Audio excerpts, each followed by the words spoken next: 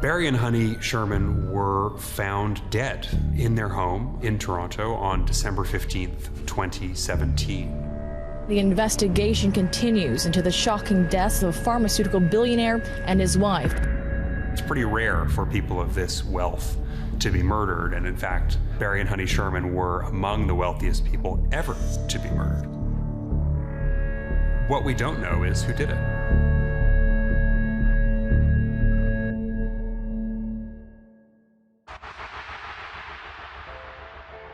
I wrote initially in 2018 a long story for Bloomberg Business Week about this case. I'm from Toronto. I grew up in the Jewish community where the Shermans loomed very large.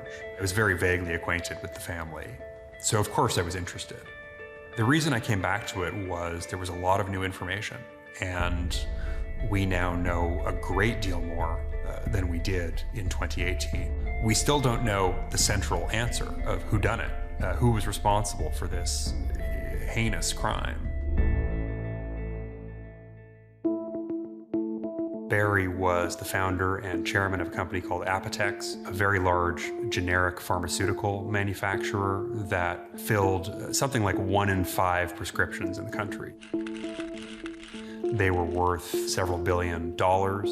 They were also sort of ubiquitous, very well known. They were big philanthropists.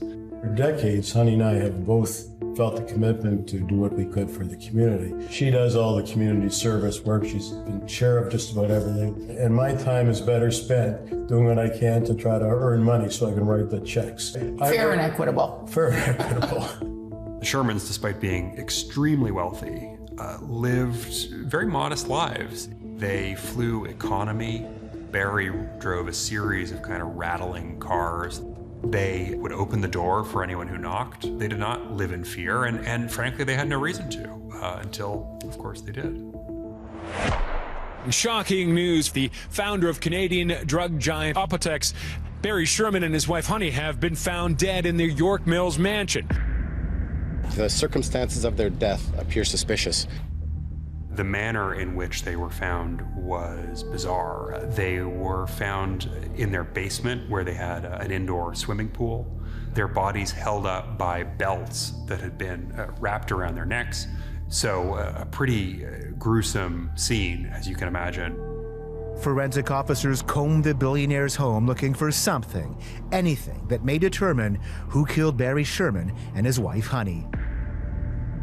The day the bodies were found, there were quite a few people in their house. There was a housekeeper, there was a gardener, a personal trainer, and there was also a real estate agent who was showing their house to potential buyers. They go through the whole house, it's a big place, I believe 12,000 square feet. And toward the end of the tour, they get into the basement.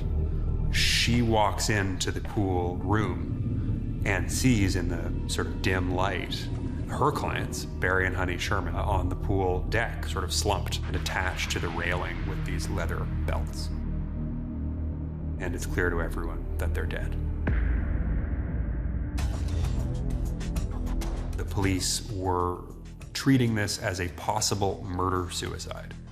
We are not currently seeking or looking for an outstanding suspect. The idea being that Barry Sherman had killed his wife and then killed himself. And that, from the start, struck a lot of people close to the Shermans as very odd. There's just physically, it was very hard to imagine. Barry was not in great shape. He was not a strong guy. The people who were really most upset by this, understandably, were the Shermans' 4 adult children. And they were concerned that the police were heading down the wrong path. So they commissioned a private investigation.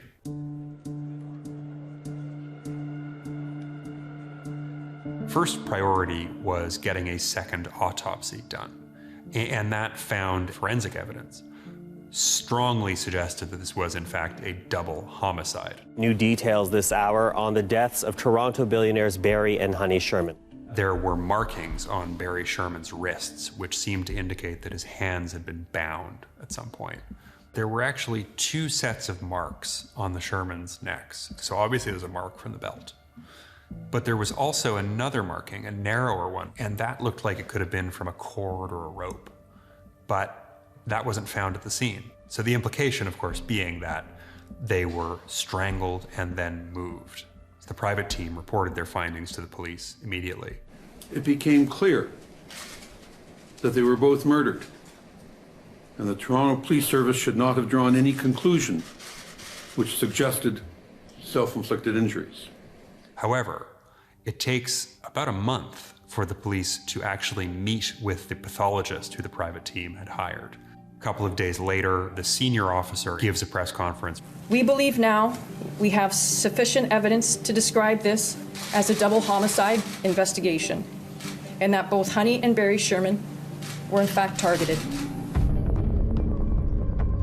There were tons of people who were speculated as suspects. For example, Barry Sherman's cousin, Carrie Winter, who was engaged in a really acrimonious legal battle with Sherman.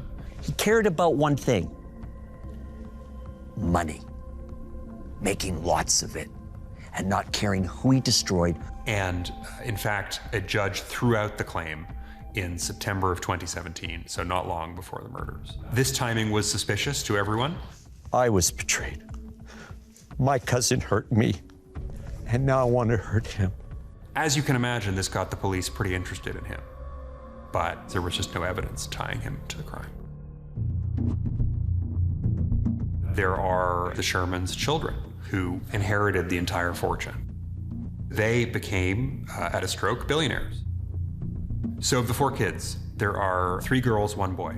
The boy is Jonathan Sherman, who was the most business-focused, and he would take a key role in managing these assets, which the kids had just inherited. This has been so incredibly painful and so bizarrely surreal. My sisters and I pledged to rise again and to continue thriving, and knowing, as our parents always reminded us, that with great privilege comes enormous responsibility. As the Sherman's children took over the empire, things began to change pretty quickly. At the time of his death, Sherman was very focused on expansion. The children, however, wanted to slow down investments, to back off on expansion, and essentially to get the business ready to sell. And in 2022, they agreed to sell to a private equity firm called SK Capital. And certainly his colleagues have told me that Barry Sherman would have been horrified by this. But of course, he's not around to make that decision. Sherman was very unusual in a lot of ways. He loved kind of backing people. The person he funded most lavishly was Frank D'Angelo. He and Sherman were initially in the beer business together. Frank is kind of a comic figure. He had a low-budget talk show. He produces B movies, with titles like Sicilian Vampire, which Sherman funded. Can I trust you? Because if I can't trust you, I have to come back and kill you. And the people around him thought this was completely bizarre. They could not understand why he would keep advancing him tons and tons of money. That was just one of these very odd financial entanglements that, as the police and private investigators dug into Sherman's affairs, they had to wade through. The other big area that was worth looking into was competitors. Sherman had made a lot of enemies in the pharmaceutical world over the years. He had himself speculated that one day a rival pharmaceutical company might have him killed. And all of this was done, but none of it has led to arrests, let alone a prosecution. After really not saying anything publicly for about 2 years, they released video of the walking man. We seized a very large amount of security video footage. We are left with one individual whom we have been unable to identify. The timing of this individual's appearance is in line with when we believe the murders took place.